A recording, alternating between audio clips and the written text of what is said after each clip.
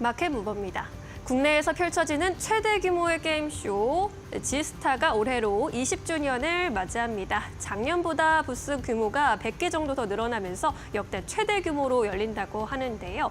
늘 수능날에 맞춰서 열리고는 하는 행사죠. 올해도 수능날인 11월 14일 목요일부터 11월 17일 일요일까지 부산 백스코에서 개최가 될 예정입니다. 원래 좀 모바일 게임 중심으로 많이 전시가 됐었는데 이번에는 PC와 콘솔 등 다양한 형태를 기반으로 한 신작 게임들이 출시될 예정입니다. 특히 넥슨 게임즈가 메인 스폰서로 참여합니다. 역대 최대 규모인 300부스의 규모를 마련한다고 하고요. MMORPG와 액션 게임 등 신작 타이틀을 대거 선보일 예정입니다. 펄어비스의 경우에도 오픈월드 액션 RPG 붉은 사막 시연 행사로 많은 주목을 끌고 있습니다.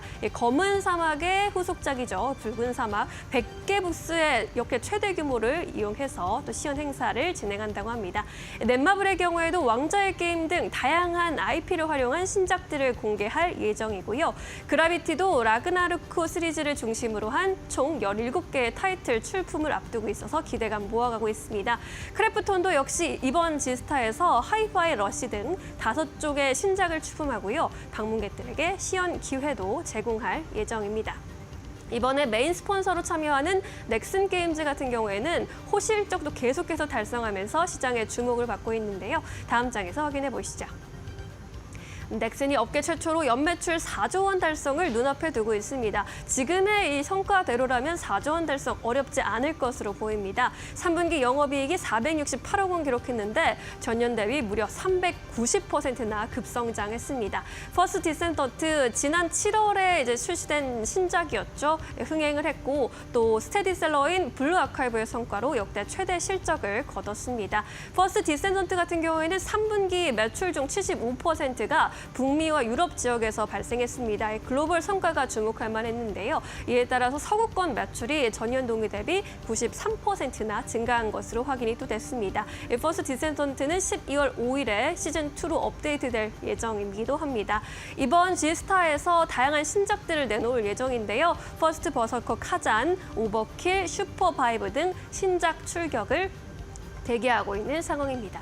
이러한 행사에서 신작에 대해서 어떤 평가를 받느냐에 따라서 주가 변동성 나타나기 때문에 어떤 평가를 받아갈지도 함께 주목해 보시면 좋겠습니다. 마켓무버 함께 하셨습니다. 네, 이어서 오늘 시장에서 움직이는 기업들 하나하나 살펴보도록 하겠습니다. 먼저 첫 번째 기업은 크래프톤입니다. 오늘 주가 대비해서 괜찮습니다. 29만 3,500원대 거래되고 있는데요. 박수원 대표님 어떻게 보십니까? 네, 크래프톤 같은 경우에 지금 이제 4연속 좀 빠지고 있는데 이번에 게임 회사들의 실적을 좀 보게 되면 넥슨 쪽이랑 그리고 지금 크래프톤만 좀 실적이 좀 괜찮았고 펄어비스라든가 에이스소프트 같은 경우는 적자 전환이 되었죠. 이런 흐름들을 좀 보여주고 있다 보니까 아무래도 지금 상황에서는 크래프톤이라든지 넥슨 쪽에 좀 더 포커스를 좀 맞춰야 되는 거 아닌가라고 좀 판단하고 있고요. 아무튼 크래프톤 같은 경우에는 배틀그라운드를 통해서 기존에 있는 IP뿐만 아니라 지금 이제 계속해서 IP를 좀 신규 IP를 계속 늘어나는 분위기고 그에 따른 좀 매출도 좀 늘어나고 있지만 영업이익도 늘어나고 있다는 거죠. 이래서 사상 최대의 실적을 좀 보여주고 있는데 이 흐름들은 계속 지속될 가능성이 좀 높다라고 좀 판단하고 있고요. 그런 부분에 있어서 4분기 실적 또한 기대가 된다라고 말씀을 좀 드립니다.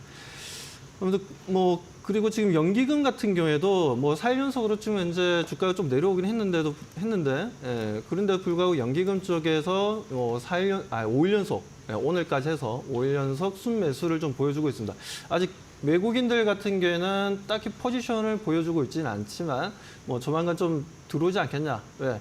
일단 돈을 잘 벌고 있으니까 저는 그렇게 생각합니다. 어차피 돈이 모이면 투자자도 모이게 되어 있어요.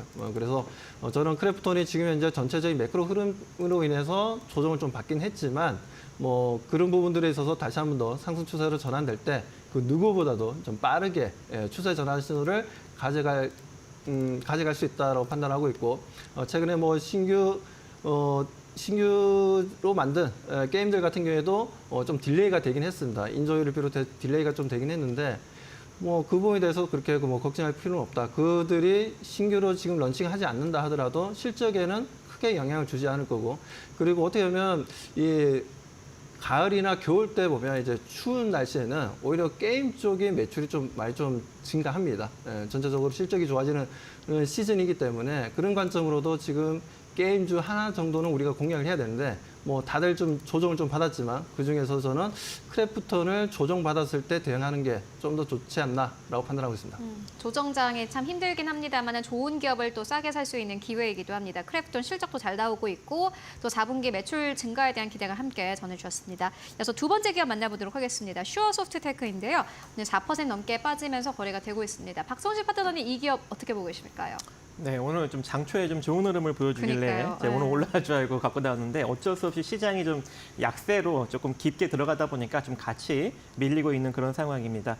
일단은 소프트웨어 이제 소프트웨어를 이제 검증하는 이런 이제 시험 검증 자동화 솔루션을 현재 만들어내고 있고, 뭐 자동차 그리고 국방, 원자력 그리고 에너지, 철도, 항공, 조선, 로봇 다양한 분야에서 이 회사의 솔루션을 현재 사용을 하고 있습니다. 그래서 뭐 자율주행 관련 이슈가 나올 때마다 현대차랑 같이 협업으로 좀 개발을 하고 있다 보니까 상승력이 나오고 있고, 또 오늘은 이제 원자력 관련 이슈가 나왔죠. 이제 그로 인해서 이 원자력 관련 이슈가 나올 때마다 좀 일정 부분 상승이 나오는데, 그 이유가 바로 이 소형 모듈 원전 기업인 뉴스케일의 SMR 검증 사업에 참여한 이력 때문에 아무래도 이제 SMR 관련 이제 기술적 입지가 어느 정도 있다라고 판단이 돼서 이 원자력 이슈가 나올 때마다 좀 부각을 받았던 측면이 있습니다. 하지만 오늘 안타깝게도 조금 이제 밀리고 있는 그런 상황이기 때문에 다음 이제 기술적 지지 라인이 한 4,800원.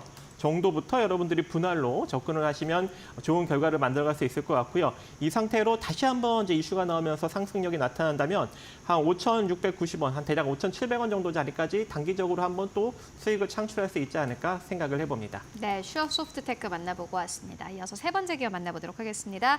한화투자증권입니다. 오늘 9% 넘게 빠지고 있습니다. 급격한 랠리 이후로 오늘은 좀 조정인데요. 박수범 대표님 어떻게 보십니까? 네, 뭐 간밤에 나온 뉴스를 보게 되면 워싱턴 포스트에서 나온 내용 보면 이제 트럼프가 뭐 지금 암호화폐 인사들을 좀 물색하고 있다는 얘기가 좀 나왔습니다. 뭐 그러면서 지금 뭐 미국의 이제 증권거래위원회 위원장을 교체 가능성이 상당히 좀 높다라는 얘기가 좀 나와주고 있고요. 그 후보로 지금 얘기가 되고 있는 분들이 몇 분이 있어요. 다니엘 갤러거 같은 경우에도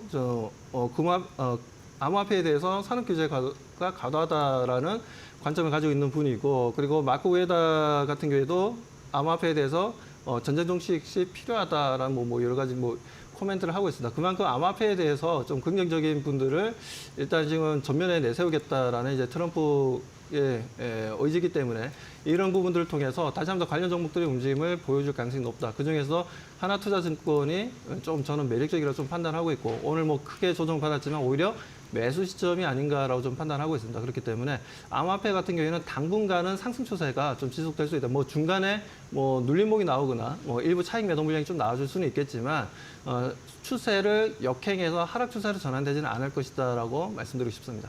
하나투자증권 만나보고 왔습니다. 이어서 또 네 번째 기업 만나볼 텐데요. 비츠로테크입니다. 4% 넘게 하락세 나타내고 있습니다. 박정식 파트너님 비츠로테크 어떻게 보십니까?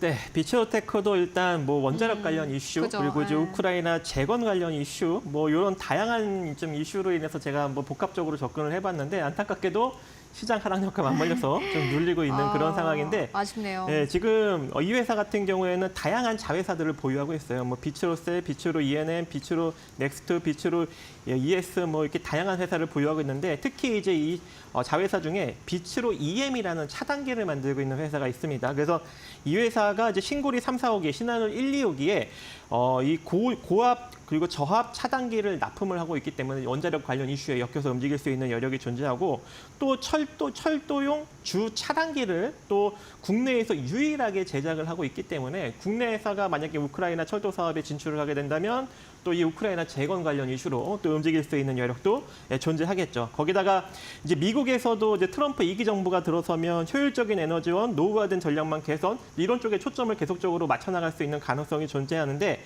아무래도 이제 이 회사의 거래처가 미국 비상발전기 점유율 1위 기업인 제네락 홀딩스라는 회사가 있는데, 여기에 자동 절제 개폐기랑 배선용 차단기 등도 또 납품을 하고 있습니다. 그래서 이런 것들로 인해서 다양하게 엮여서 움직일 수 있는 종목이고, 실적까지도 좋습니다. 그래서 접근을 해볼까 했는데 지금 딱 눌리고 있는 상황이어서 지금 21선에 좀 딱 갖다 붙여놨어요. 그래서 솔직히 지금 가격부터 여러분들이 매수로 접근을 해도 될 것 같고요. 지금 7,080원 정도 가격 라인부터 대략 한 6,900원 정도 자리까지 분할로 접근해 보신다면 다시 한번 상승력이 나타날 때 최소한 7,800원 정도 자리까지 단기적인 수익을 창출해 갈 수 있지 않을까 생각을 해봅니다. 네, 비츠로테크까지 만나보고 왔습니다. 지금까지 박수범 대표 그리고 박정식 파트너와 함께 이야기 나눠봤습니다. 말씀 고맙습니다.